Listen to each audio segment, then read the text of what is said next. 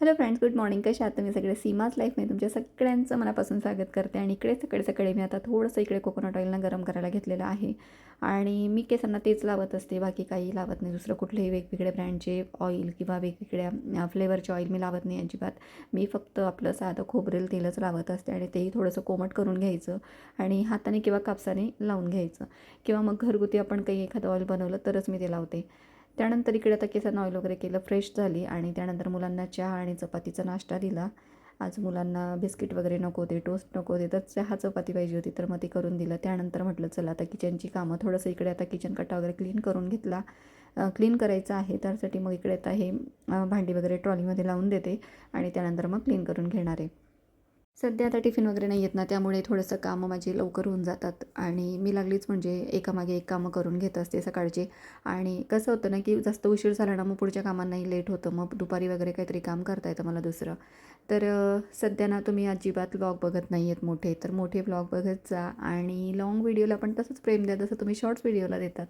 तर इकडे आता मी भांडी वगैरे लावून घेते आणि त्यानंतर मग पुढची कामं. तर आज की नाही आमच्या दीदीला केक वगैरे बनवायचा आहे, तर त्यामुळे तिला जरा किचन ओटा वगैरे क्लीन करून पाहिजे होता. तर मी तिला बोलले की म्हटलं आधी तू तुझं करून घे आणि मग त्यानंतर मी क्लीन करेल. तर ती म्हटली नको, मला असं एवढा मेसी किचन ओट्यावर मला नाही जमत काम करायला. तर म्हटलं बाई ठीक आहे, मग मीच करून देते तुला क्लीन, त्यानंतर तू कर, मग म्हटलं करायला घे. तर इकडे आता तेच करते मी आणि केकची फुल रेसिपी तुमच्याशी शेअर करणार आहे.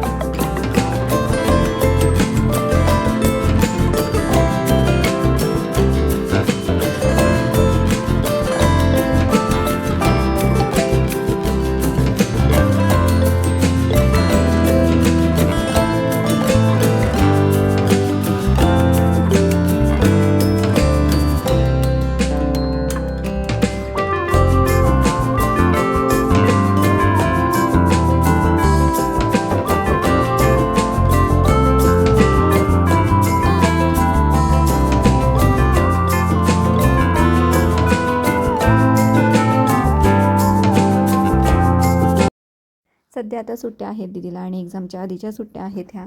आणि थोड्या दिवसानंतर एक्झाम आहे, पण तिला ना केक खायची क्रेविंग झाली होती आणि त्यामुळे तिने केक बनवायला घेतला होता आज आणि आम्हालाही खाऊ घालणार होती. पण चॉकलेट केक बनवणार होती आणि चॉकलेट केक मला फारसा काही आवडत नाही.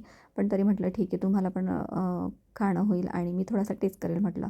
तर मग त्यासाठीच ती आज इकडे करणार होती आणि तिने ना इन्स्टंट असं पॅक आणलेलं होतं आणि तेच ती बनवणार होती. कारण ती म्हटली की आपण मैद्याचं वगैरे करत बसलो ना तर मग खूप जास्त वेळ जाईल आणि मला अभ्यासाला पण वेळ होईल, त्यामुळे मग पटकन बनणारा आणि करून बघूया आपण असं ट्राय, त्यासाठीच आम्ही हे पॅक आणलं होतं.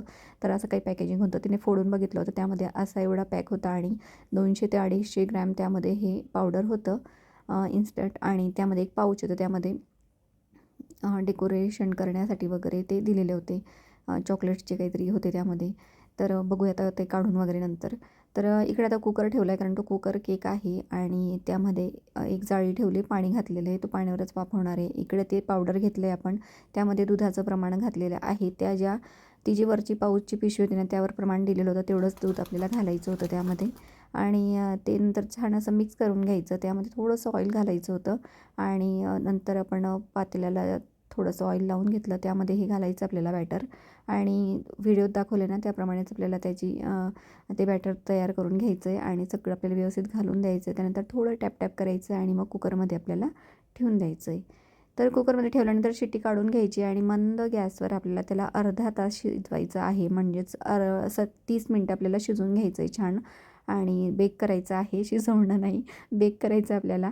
आणि बेक झाल्यानंतर काढून त्याला थंड होऊ द्यायचं. त्यानंतर आपल्याला पातेल्यातनं बाहेर काढायचं आणि खूप सॉफ्ट आणि मस्त झाला होता अगदी.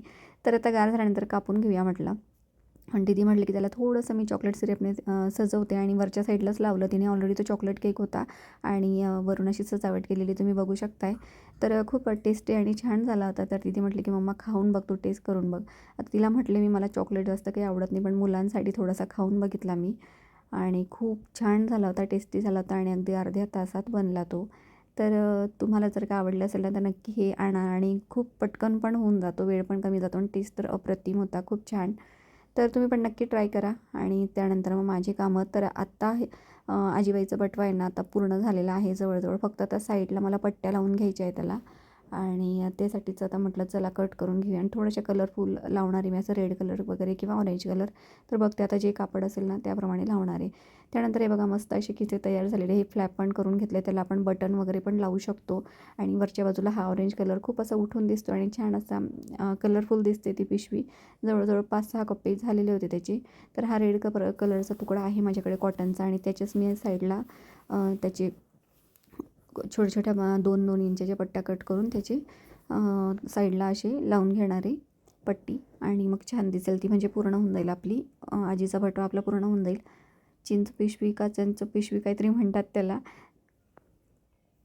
तर बघूया आता कसं होतं ते. आता इकडे हे मी शिवून घेते. आणि अजून एक गोष्ट म्हणजे ना, मी याचा एक व्हिडिओ करून टाकला होता पूर्ण कंप्लीट शिवून झाल्यानंतर इन्स्टाला. तर इन्स्टावर पण आपल्याला अजून एक ऑर्डर आलेली आहे अशा पिशवीची. तर त्या ताईंनी पण, त्यांना पण खूपच आवडली आणि त्यांनी पण आपल्याला अशी पिशवी शिवून सांगितली, म्हणजे आजीबाईचा बटवा. तर त्यांना पण आपल्याला करून द्यायची आणि ती पण मी ज्यावेळेस करायला घेईन ना तुमच्याशी नक्की शेअर करेल. तर खूप छान आहे आणि वापरायला सोपी आहे.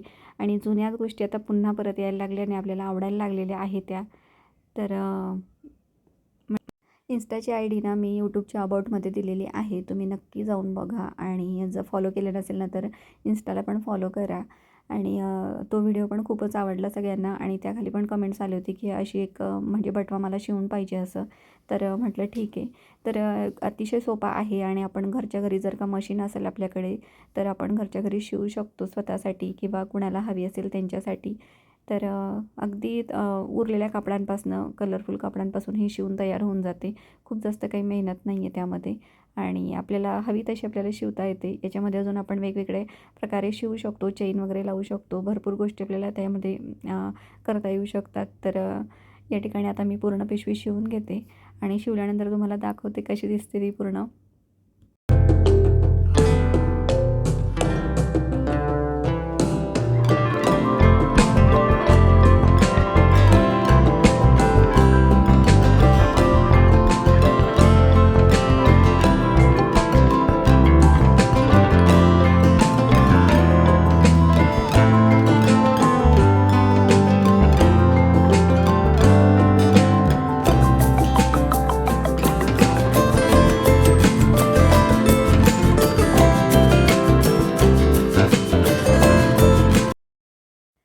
इकडे आता आपला हा बटवा शिवून झालेला आहे आणि या ठिकाणी बघू शकताय किती त्याला पॉकेट तयार झालेले आहेत. जवळजवळ 5-6 पॉकेट तयार झालेत आणि इकडे असा फ्लॅप केला आहे. त्यानंतर इकडे छोटं पॉकेट केलेलं आहे आणि वरती असं आपल्याला 3-4 पॉकेट आहेत आणि आजूबाजूला म्हणजे मागच्या बाजूला आणि पुढच्या बाजूला दोघं छोटे छोटे पॉकेट असे तयार केलेले आहेत.